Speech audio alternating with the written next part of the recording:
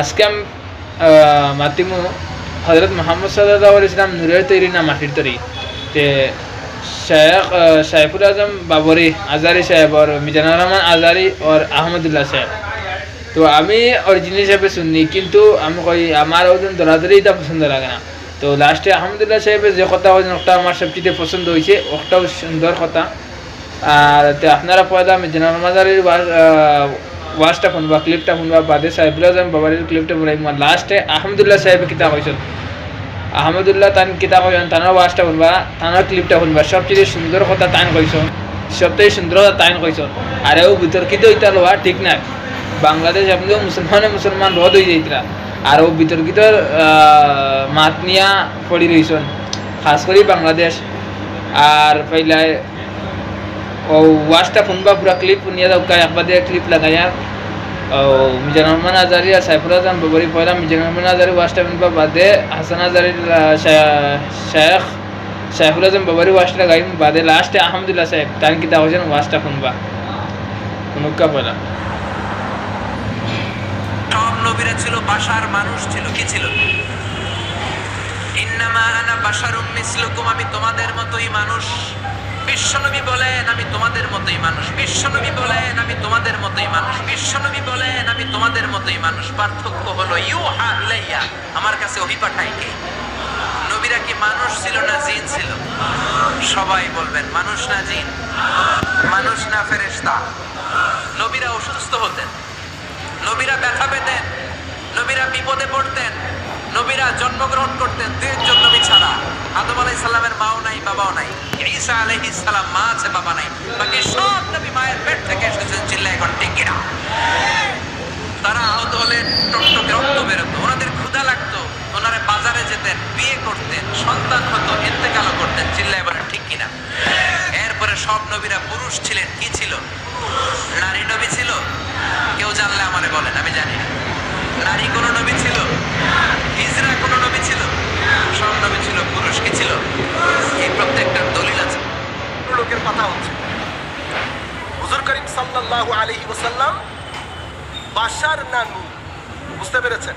আচ্ছা, আমি ওনাকে কি বলেছি? আসসালামু আলাইকুম, অনেক ধন্যবাদ আপনাকে, আপনি আমাকে ফোন করেছেন। আমার যে বক্তব্য সেটা আমি আমার বক্তব্যে 40 মিনিটে তুলে ধরেছি। হুজুর করিম সাল্লাল্লাহু আলাইহি ওয়াসাল্লাম বাশার, এটাতে আমি আর আপনার মধ্যে দ্বিমত নাই। আমি আর আপনার মধ্যে দ্বিমত নাই। আগে আমরা মতের মিল এবং অমিল এগুলা ডিসাইড করি, কোনটাতে মিল কোনটাতে অমিল। তো আমাদের মধ্যে মিল হচ্ছে রসুলে পাক বাশার, যেহেতু কোরআনে পাকের মধ্যে আল্লাহ রসুলকে বাশার করেছে, এটার মধ্যে তো কোনো দ্বিমত নাই। জি নাই। এখন আসেন, আপনার সাথে আমার দ্বিমত হচ্ছে, আমি বলছি রসুলে পাক নূরও বটে, আপনি বলছেন নূর। এখন আপনি আমাকে বলবেন কোরআন থেকে যে অমুক আয়াতে আল্লাহর রসুলকে আল্লাহ বলেছেন আপনি নূর নন। আমি আপনাকে বলবো কোরআনে পাকের মধ্যে আল্লাহ অমুক আয়াতে আল্লাহ রসুলকে নূর বলেছেন। আপনি এখন আপনার আয়াত বলেন। উনি দেখেন ঘুরিয়ে ফিরিয়ে উনি আমাকে কোন আয়াত বলছেন? বশরের আয়াত। আমি বলছি না, এটা তো আমাদের মধ্যে অমিলই নাই, এটার মধ্যে তো আমরা দুইজন একমত। আপনি বাশারের কোনো আয়াত করতে পারবেন না। কেন? কারণ আমার সাথে আপনার দ্বিমত ওই পয়েন্টের মধ্যে নাই। আপনি আমাকে বলবেন কোরআনের ওই আয়াতের মধ্যে আল্লাহ রসুলকে বলেছেন আপনি নূর নন। উনি প্রায় 15 থেকে 20 মিনিট পবিত্র কোরআনে ঘুরে ঘুরে উনি শুধু কোনটা অনুমান বাশারুন মিসলুনা বলিন নামা আনা বাশারুন। আমি বলছি এটার সাথে তো আমাদের কোনো অমিল নাই।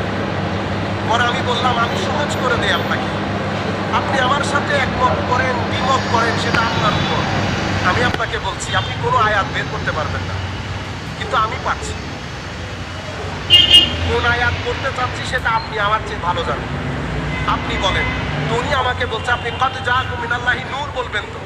বললাম হ্যাঁ, এখানে নূর রাসূল করিম সাল্লাল্লাহু আলাইহি ওয়াসাল্লাম। উনি ইন্টারপ্রেট করছেন। আল্লাহ আমাদের মধ্যে আপনি ইন্টারপ্রেট করতে হচ্ছে না তো। এখানে আমি আপনাকে আয়াত দিয়েছি, আপনি যদি অবিশ্বাস করেন তো আপনি আরেকটা আয়াত দিয়ে আমাকে ডিফেন্স করতে হবে। আপনি বুঝতে পেরেছেন? এখন এই জায়গার মধ্যে আপনি নিজেই বুঝতে পারবেন আমার ভাই হতবুদ্ধি হয়ে গেছে। তো আমি কি করেছি, আমি ওনাকে রিল্যাক্স করেছি। আল্লাহ দেখেন, একটা কাজ করেন, এই মুহূর্তে আমাকে দেখাতে হবে এমনটা না, আর আমার সাথে আপনি একমত পোষণ করতে হবে এমনটিও না। আপনি আরও সময় নেন, আপনার আরও যারা কারোর সাথে কনসাল্ট করতে থাকলে করেন। তবে একটা জিনিস আমি আপনাকে বলবো, আমার ভাই হায়াত মৌতের কোনো বিশ্বাস নেই। আমার রসুলের প্রতি বিন্দু পরিমাণ বিদ্বেষ রেখে যেন আপনারও মৃত্যু না হয়, আমারও মৃত্যু না। মাটির তৈরি ভাই, নবী সাল্লাল্লাহু আলাইহি ওয়াসাল্লামকে আল্লাহ কি দিয়ে বানাইছে? আপনার দরকার কি? আপনার দরকারটা কি ভাই? আদার ব্যাপারে জাহাজের খবর নিয়ে আল্লাহ বলছে নবী সাল্লাল্লাহু আলাইহি ওয়াসাল্লাম কি করতে বলছেন আপনি সেটা করবেন। ওনারে আল্লাহ কি দিয়ে বানাইছে এটা আপনার আবিষ্কারের দরকারটা কি? আপনি তো নবী করিম সাল্লাল্লাহু আলাইহি ওয়াসাল্লামের ইত্তেবা করবেন, অনুসরণ করবেন। ওনাকে আল্লাহ কি দিয়ে বানাইছেন সেটা নিয়ে আপনার গবেষণা করার দরকার কি? কোরআন এবং হাদিসে কোথাও ডাইরেক্ট তাকে আল্লাহ তাআলা এই উপাদান দিয়ে তৈরি করেছেন আলাদা করে বলেন নাই।